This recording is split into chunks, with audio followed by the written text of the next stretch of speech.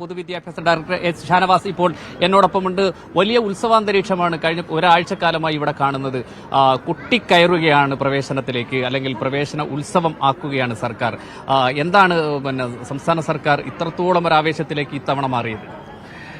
കേരളത്തിലെ ഏറ്റവും വലിയ വകുപ്പ് എന്നുള്ള ബഹുമതി പൊതുവിദ്യാഭ്യാസ വകുപ്പിനാണുള്ളത്.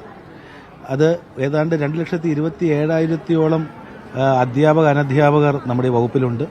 അതുപോലെ തന്നെ 1 മുതൽ 12ാം ക്ലാസ് വരെ കണക്കിലെടുക്കുകയാണെങ്കിൽ 44 ലക്ഷം കുട്ടികളാണുള്ളത്. അതുകൊണ്ട് തന്നെ വലിയ രീതിയിലുള്ള ഒരു തയ്യാറെടുപ്പോടുകൂടിയാണ് എല്ലാ വർഷവും വിവിധങ്ങളായിട്ടുള്ള കലാമേളകളും അതുപോലെ തന്നെ പ്രവേശനോത്സവവും നമ്മൾ നടത്തുന്നത്. പുസ്തകം അടച്ചുവെച്ച് എന്ത് മാജിക്കാണ് സംസ്ഥാന സർക്കാർ കുട്ടികൾക്ക് കൊടുക്കാൻ പോകുന്നത്? ടെക്സ്റ്റ് ബുക്കുകളിലൂടെ മാത്രമാണ് അവർക്ക് അധ്യയനം നടക്കുക, വിദ്യാഭ്യാസം നടക്കുക എന്നുള്ള സങ്കല്പമല്ല പൊതുവിദ്യാഭ്യാസ വകുപ്പിനുള്ളത്. അവർ സമൂഹത്തെ അറിയണം, സമൂഹത്തിൽ നടക്കുന്ന കാര്യങ്ങൾ അറിയണം, സമൂഹം അവരിൽ നിന്ന് എന്താണ് പ്രതീക്ഷിക്കുന്നത് എന്ന് അവർ അറിയണം. മാറി വരുന്ന ഒരു കാലഘട്ടത്തോടനുബന്ധിച്ച് പലതരത്തിലുള്ള വെല്ലുവിളികൾ നമ്മുടെ വിദ്യാർത്ഥി സമൂഹം ഇന്ന് അഭിമുഖീകരിക്കുന്നുണ്ട്.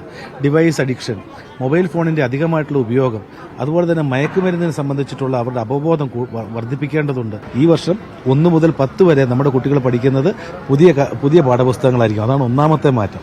ആ പാഠപുസ്തകങ്ങൾ താങ്കൾ പറഞ്ഞതുപോലെ തന്നെ ധാരാളം മാറ്റങ്ങൾ ഒളിഞ്ഞിരിപ്പുണ്ട്. പുതിയ പാഠ്യരീതി, പുതിയ സമീപനശാസ്ത്രം എല്ലാം തന്നെ ഈ പാഠപുസ്തകങ്ങളുടെ പിന്നിലുണ്ട്.